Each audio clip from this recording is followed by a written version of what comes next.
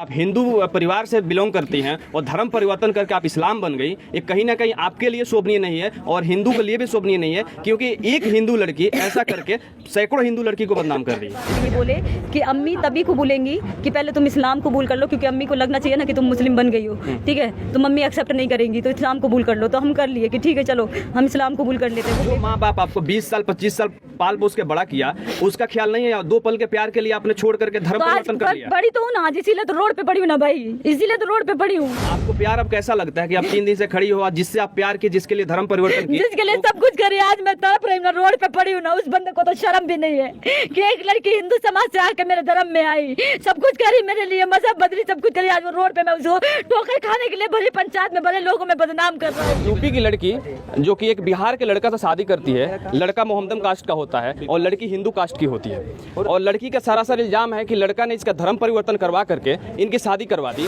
आप ही बताइए ना मैं किधर जाऊंगी, मैं तो अपना धर्म भी छोड़ी, माँ बाप से लड़ा के इसके साथ गई, ठीक है। अपना धर्म, जात, परिवार सब कुछ इसके चक्कर में सब बर्बाद कर दी पूरी जिंदगी। ये दोनों एक दूसरे को बचपन से जानते हैं, एक ही स्कूल में पढ़ते थे, एक ही ट्यूशन में पढ़ते थे, ठीक है। उसके बाद में हम दोनों एक साथ पढ़ते थे, हमारी 12वीं खत्म हुई तो ये मैं बर्गर किंग में जॉब करती थी, ये डोमिनोज में जॉब करते थे, ठीक है। उसके बाद में हमारा बहुत अच्छा रिश्ता था दोनों का, मतलब। नमस्कार, आप देख रहे हैं सच का सफर न्यूज और सत्याग्रह टाइम्स। एक मामला से एक टोली का है मोतिहारी के तुरकोलिया में, जिसमें एक यूपी की लड़की जो कि एक बिहार के लड़का से शादी करती है, लड़का मोहम्मदन कास्ट का होता है और लड़की हिंदू कास्ट की होती है, और लड़की का सरासर इल्जाम है कि लड़का ने इसका धर्म परिवर्तन करवा करके इनकी शादी करवा दी। लड़की यूपी से चल करके यहाँ पे आई है। सारी घटना को मैं जानने का कोशिश करूंगा इनसे कि क्या क्या घटना है, और बात ये भी है कि इनको आउट ऑफ इंडिया लेकर के गया था लड़का, कहीं दूसरे जगह दूसरे कंट्री में रखता था, और उसके बाद लिविंग रिलेशनशिप में रहने के बाद एक दूसरे में अनबन हुआ कि क्या हुआ कि लड़की यहाँ पे आकर के गेट पे सुबह से खड़ी है लेकिन गेट नहीं खुल रहा है। मैं इनसे जानना चाहूंगा कैसे कैसे क्या घटना हुआ था। शुरू से बताएंगे? हाँ बताइए, जो हुआ है बताइए। हम दोनों एक दूसरे को बचपन से जानते हैं, एक ही स्कूल में पढ़ते थे, एक ही ट्यूशन में पढ़ते थे, ठीक है। उसके बाद में हम दोनों एक साथ पढ़ते थे, हमारी 12वीं खत्म हुई तो ये मैं बर्गर किंग में जॉब करती थी, ये डोमिनोज में जॉब करते थे, ठीक है। उसके बाद में हमारा बहुत अच्छा रिश्ता था दोनों का, मतलब काफ़ी अच्छा रिश्ता था। फिर उसके बाद में ये 2018 में ये दुबई चले गए।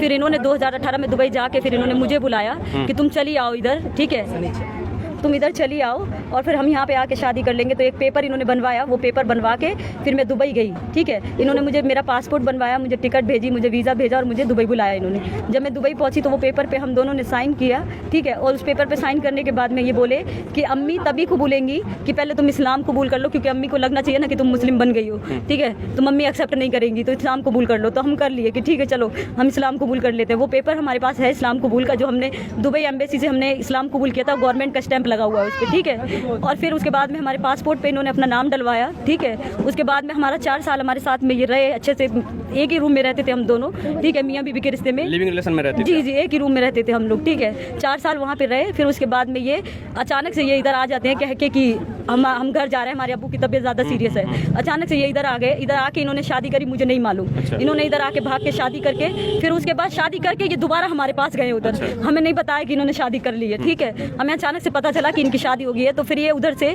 बोले कि तुम अभी जाओ ट्रीटमेंट करवा के आओ अपनी अम्मी के पास, क्योंकि हमारा ट्रीटमेंट चल रहा था। तो ये बोले जाओ इधर दुबई में बहुत महंगा है, तुम जाके इंडिया में ट्रीटमेंट करवा लो अपना।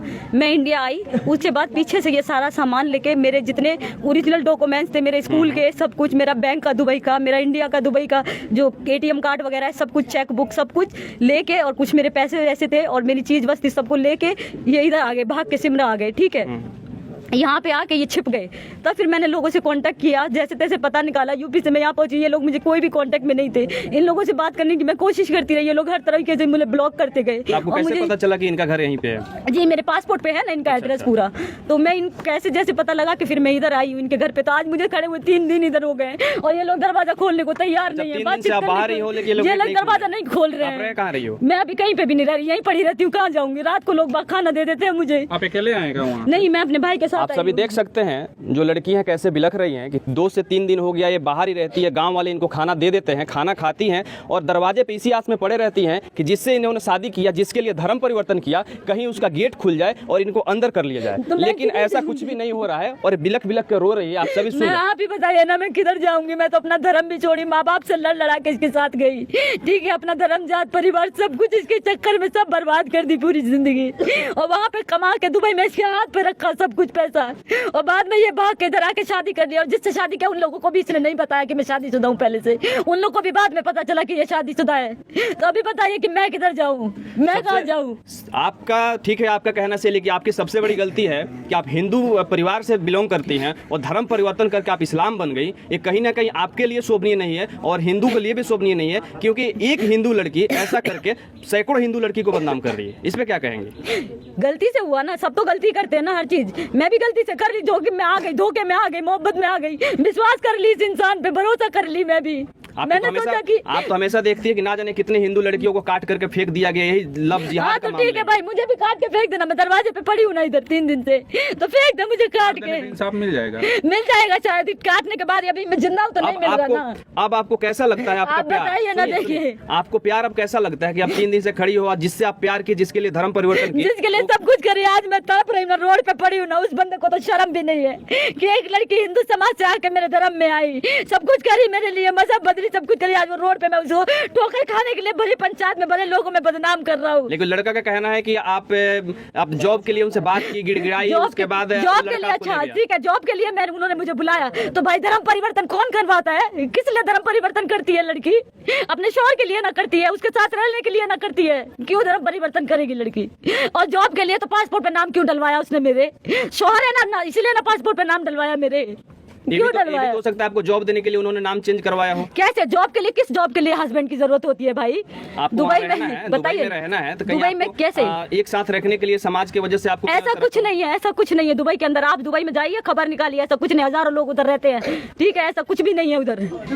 मैं कोई पागल लड़की नहीं हूँ कि मैं यहाँ 3 दिन से भूखी प्यासी तड़प रही हूँ दरवाजे पे। यूपी में इसका कंप्लेन कराया था क्या? नहीं, मैंने यूपी में नहीं कराया। आप यूपी के हो तो यूपी में क्यों नहीं की? मैं आई ना, मैंने सोचा बात से मान जाएगा, शौहर है मेरा, रख लेगा मुझे, मैं तो इसीलिए आ गई ना कि ऐसी इंसाफ हो जाएगा, सरपंच है, गांव के लोग के मोहल्ले हैं, सब है। अच्छा, यहाँ पे जो आप आई हो, स्थानीय थाना प्रशासन से मिली हो आप? जी, मैं इधर गई थी तुर्कोलिया थाने पे, मैंने कंप्लेन की है उधर। थाना प्रशासन से क्या जवाब आया? उधर लिख लिया सारा कुछ, वो बोले जाइए पहले पंचायत वगैरह से सब मामला सोल्व करके, अगर रख लेता है तो ठीक है, नहीं तो फिर हम एक्शन लेंगे।